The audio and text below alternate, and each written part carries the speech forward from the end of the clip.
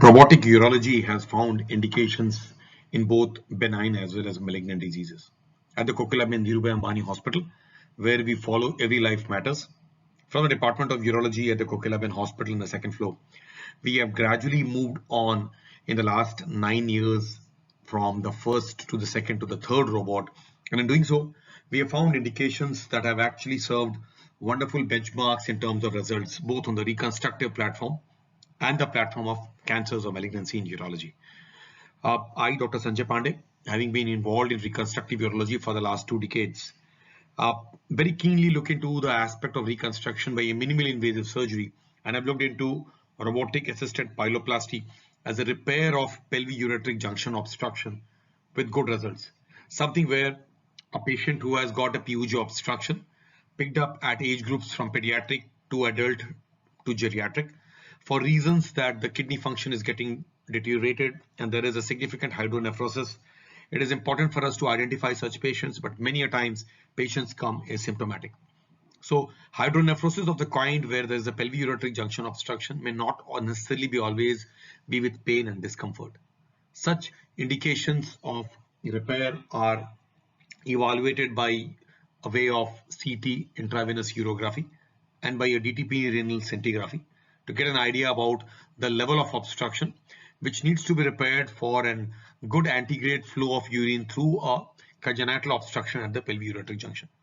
Pyeloplasty has been known to be done by open surgery and then by laparoscopic surgery. The minimally invasive surgery by robotic pyeloplasty over the last 9 years on multiple patients at various age groups have brought us results in terms of a wonderful repair, a high degree of precision,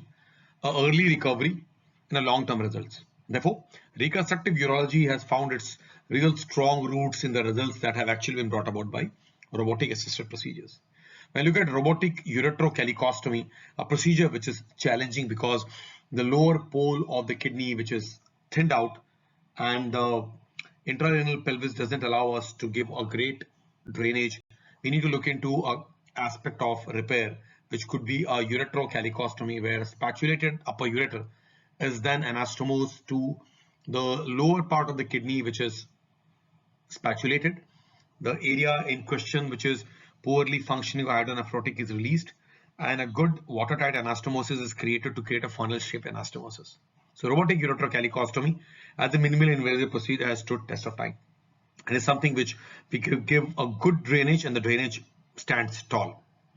Looking at ureteric strictures or strictures which are a result of a long-standing stone in the mid and the upper ureter, where a stone perhaps been there without giving symptoms and gradually grown and probably cause a amount of stretch and fibrosis in the ureter localized. The ureter perhaps doesn't allow the coaptation and the movement out there because of fibrosis which sets in. A good ureteroscopy, laser lithotripsy and clearance of a stone by a urologist may not always be rosy in a patient who has had a long-standing stone impacted there. And therefore, ureteric strictures, the strictures of the kind where the ureter gets blocked again and again as a result of the fibrosis or a tightening and a narrowing happening after clearance of a complete stone, which requires a degestant again and again,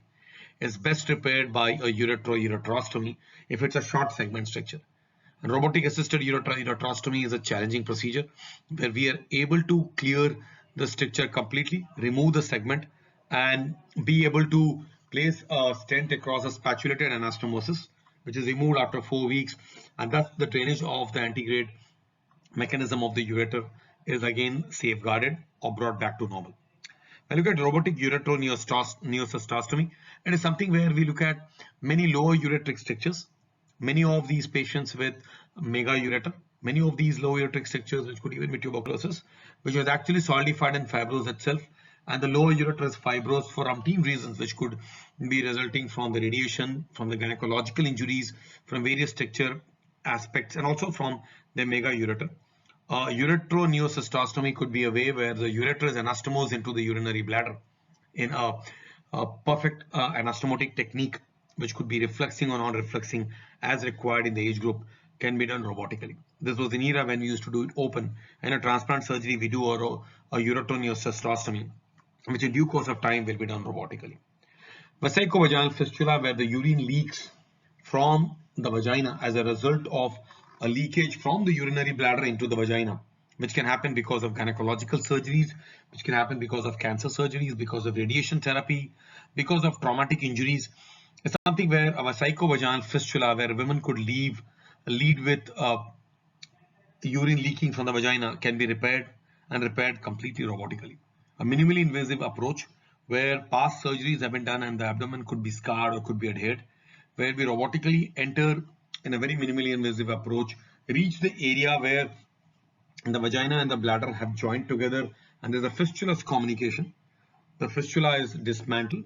and the repairs on the vaginal side and the bladder side is completed. And as a result of that, we get to have the repair where we interpose tissue which is solidified in terms of omentum or a peritoneal flap. As a result of that, a healing is completed and the catheters are removed. So robotic VVF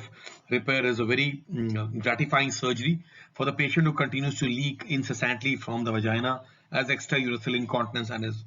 greatly benefited by minimally invasive surgery today. Having done umpteen such surgeries in women from their 30s to 70s, I understand that robotic vesicovaginal fistula is something which has actually helped a lot of patients in a minimally invasive repair to very high levels. Robotic assisted sigmoid vaginoplasty has two big indications. One indication, frankly, is in patients of MRKH syndrome, Mayer-Rokitansky-Kuster syndrome, where the patient or individual as a woman is born without uterus and the vagina. And there you don't have a vaginal segment, and which is picked up sometimes at the time of puberty and beyond when a woman does not menstruate. So women who are born without a uterus and a vagina, who are called as MRKH syndrome, grow up and probably at the time of menarche it's picked up that they don't have menstrual periods. Evaluation by an ultrasound and by MRI shows that there's absence of all Mullerian structures, which is uterus and vagina. Such individuals do well by a vaginoplasty. The vaginoplasty, which has been done in the past by various specialties, have been skin grafts and various kind of grafting techniques and flap techniques, which don't have the ideal requirements of a proper vagina, and that can be best done by a ileal or a sigmoid vagina. So how does ileal and sigmoid vagina help now in a minimally invasive surgery? Is to create an adult segment of a vagina by a 15 to 16 centimeters of an ileal or a sigmoid segment brought about on its vascular pedicle, brought down into the pelvis in an underscored manner where we place it directly in front of the rectum and behind the urinary bladder in a space that is created from the level of introitus below in a robotic approach in an XI robot. And on the other side, we have the approach created from below where this vascular segment of the sigmoid or the ileum, as deemed fit in the case, is then brought about and interposed where the segment on the outer side is anastomosed to the introitus as a spatulated segment. The upper side is either closed and attached to the sacral promontory, gives an access of long adult vagina, which could then later on be calibrated and dilated, and which could make her a complete woman as a woman who has born with MRKH syndrome. That's one aspect to it. She could continue calibrating and dilating as she is in a formative years towards maturation, and that helps us to bring her to the next level of maturity. She could later on, through the ova and the ovaries, could be a case of surrogacy, and that's how could complete a family and be a partner to somebody. So that's a way a woman who has been born with a MRKH syndrome or absent uterus and vagina. Number one. There are women who are born with vaginal atresia and could be given a sigmoid vaginoplasty, and the upper end of the new vagina could then be anastomosed to the cervical segment, which is an effaced segment where there's a hematometra waiting, and that can something which could be repaired around. So robotic sigmoid vaginoplasty for cisgender individuals who are women born without a uterus and the vagina or only with vaginal atresia is completely possible in the domain of reconstructive urology. Obviously a niche area, something which I have been involved in the last umpteen years in the open surgery and last 9 years by way of robotic assisted sigmoid vaginoplasty for girls and women in the region of anything between 13-15 years to 25 and 30 years, when they picked up or when they identified themselves or when they looked into these kind of awareness drives and came in for a vaginoplasty to being a complete woman and thus being able to partner somebody and be able to later on take up surrogacy. That I do gender reassignment surgery as a vaginoplasty many redo vaginoplasties which have actually failed in the past, or by choice vaginoplasty done in male to female individuals who are transgenders could actually be taken up by a sigmoid vaginoplasty. Individuals who have undergone robotic assisted sigmoid vaginoplasty for transgender surgery at the Kokilabenhospital Hospital have been benefited by a very minimally invasive approach, and that has been in future going to be a norm and going to be a quality of care for individuals who seek a sigmoid vaginoplasty. Looking at the robotic Boari flap reconstruction, many individuals could be such who could be having a situation where we have the lower ureter injured or damaged by disease processes or by radiation injuries or by various gynecological injuries or issues related to various kinds of pelvic engulfments and entrapments, genitourinary tuberculosis, and those situations the lower ureter is deficient, and that ureter segment could best be done by bringing about a bladder segment which could then be interposed and brought about to create a ureter. So robotic assisted Boari flap reconstruction could be a great procedure to be done in these individuals around, where we create the lower segment of ureter by a bladder flap. That could be a great way of interposing a segment of the new ureter created from the bladder flap. Robotic assisted augmentation cystoplasty is for patients who have a very small capacity bladder as a result of disease processes, most commonly genitourinary tuberculosis, where the bladder is as small capacity as a thimble bladder, or in cases of interstitial cystitis bladder pain syndrome, where the bladder has gradually decayed into a very small capacity fibrous bladder, where we could create an augmentation cystoplasty. So these are indications where we could bring about a completely new kind of an organ, which could also be sometimes done when we run down an ileal ureter and probably bring about a situation where we create a new bladder in the cases of ileal conduit. So that's completely a technology which has to be taken forward in those patients who deserve an ileal conduit, to be brought down and created a neobladder, like in patients who are on ileal conduit and want to have a neobladder being created. And then looking at robotic ureterolysis for patients who have got retroperitoneal fibrosis, where an omental interposition and wrapping could be created as a result of these ureters which are getting choked. So in patients who have got a retroperitoneal fibrosis involving birth on both ureters, and the ureters are completely getting choked, it's important for us to look at this reconstructive surgery by a single stage bilateral robotic ureterolysis or unilateral as required, along with omental interposition, which could take the segments of ureters laterally and could prevent them from getting adhered into the aspect of the RPF, which is a dense tissue that is involved in the mid and the upper ureter. Looking at the cancer angle, where I've been involved on cancer surgeries in the urology, we look at robotic radical prostatectomy, bringing about a cure of a cancer prostate. At the same time, we look at continence and control and looking at the erectile function. Doing the radius pairing approach, where we look at snatching the cancer prostate from below on the surface of the rectum, and then anastomosing in such a way that we don't drop this entire segment of the bladder, and we approach in a good anastomosis, thus giving them a proper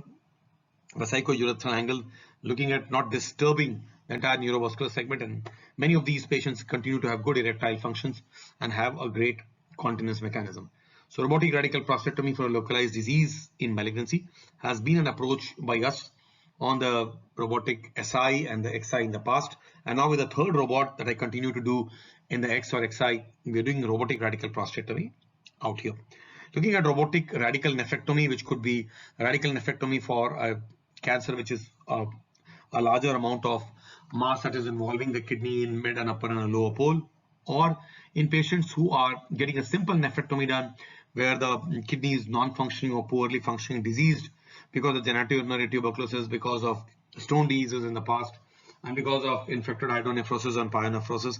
It's a minimally invasive approach where you remove the kidney either for malignancy or for a non-malignant condition and clear them up completely. Robotic Nephroureterectomy for a malignant condition could be in cases where you have a transition cell carcinoma in the upper, mid or the lower ureter, or a renal transition cell carcinoma where we remove the whole of the ureter including the cuff of the bladder. In that situation, remove the whole entire urothelium, which could be a risk of recurrence in the past. Robotic partial nephrectomy is a very specialized niche surgery that I continue to do for polar tumors, for localized tumors, and for small tumors in the region of anything between 3 to 4 centimeters and 5 centimeters, or completely polar tumors, or sometimes endo and exophatic tumors which are localized completely. It could be a mid pole, it could be an upper or a lower pole, where we clear the cancer completely. In the same time, send a frozen section, suture the segment completely, and record 20-25 minutes. And in that way, with a minimal ischemia time, a cure of a disease which is localized. So robotic partial nephrectomy for kidney cancers of the kind where the cancer is localized and small, more polar or more localized, where we could remove it and save the entire kidney or safeguard the kidney. Looking at robotic adrenalectomy recently for children and for adults, we have been looking at adrenal tumors which could be malignant and non-malignant, which could be adrenal masses. The robotic adrenalectomy has been a very satisfying and gratifying surgery where the adrenal can be removed in a very difficult location just below the diaphragm, below the liver, and below the spleen, in locations where you have an adrenal growing around and being available at very tight locations down there. So robotic adrenalectomy has been a very gratifying, approachable surgery where you're able to reach deep in that aspect in the subphrenic area and able to remove it. Robotic radical cystectomy for bladder cancer, something where we have been doing a complete intracorporeal neobladder after removal of the bladder cancer by a surgery where we clear the cancer completely apart from the nodes, or we do an ileal conduit in the kind of cases they deserve to be. Robotic VEIL is a video assisted inguinal lymphadenectomy. It's something we do for cases of carcinoma penis, where we look at inguinal lymphadenectomy of the region, from the region of both the thighs, sometimes going into the inguinal region, depending on the kind of modified inguinal lymphadenectomy that we need to complete on such patients. And finally, robotic RPLND, something which is done for those malignancies, the testis and germ cell tumors, non-seminomatous germ cell tumors of the residual kind which has been there, of the kind where we remove that nodal tissue, the nodal tissue which has to be removed completely, retroperitoneally, and those are in the right kind of approaches, the right kind of individuals where we choose to remove it. So friends, at the Kokilabenhospitalmumbai Hospital and Department of Urology on the second floor, robotic urology has found its indications both